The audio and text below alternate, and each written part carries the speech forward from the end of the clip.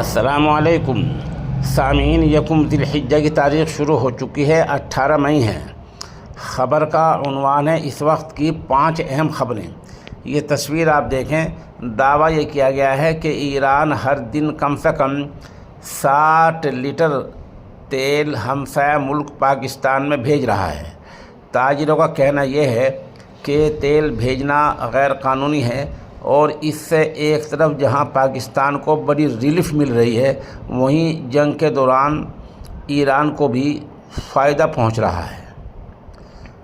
مغرب بنگال میں B J پی کی نئی حکومت نے پیر کو اعلان کیا کہ اماموں اور پجاریوں کو دیے جانے والے الاؤنس بند کر دیے جائیں گے۔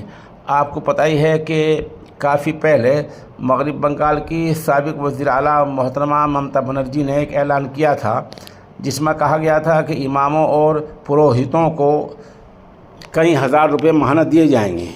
بی جے پی سرکار نے اس کو بند کرنے کا اعلان کیا ہے اور کہا کہ رقم ہونہار طلباء کے وظیفے کے لیے استعمال کی جائے گی۔ ادھر صوبہ کرناٹک کے ضلع کوڈاگو سے ایک خبر سامنے آ رہی ہے جہاں ایک خاتون سیاح ہاتھیوں کو نہاتے ہوئے دیکھنے گئی تھی۔ نہاتے نہاتے ہاتھیوں کے درمیان لڑائی ہو گئی۔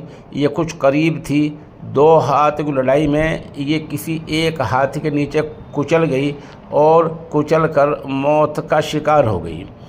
یہ خاتون چنئی کی رہنے والی تھی، 33 سال اس کی عمر ہے، جیونیش اس کا نام ہے۔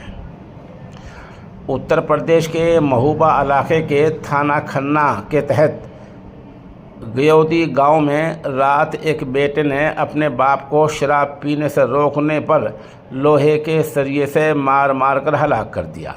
ملزم واردات کے بعد فرار ہو گیا۔ مقتول باپ کی پہچان سندر لال ورما جبکہ قاتل بیٹے کی پہچان جے ہند کے طور پر ہوئی ہے۔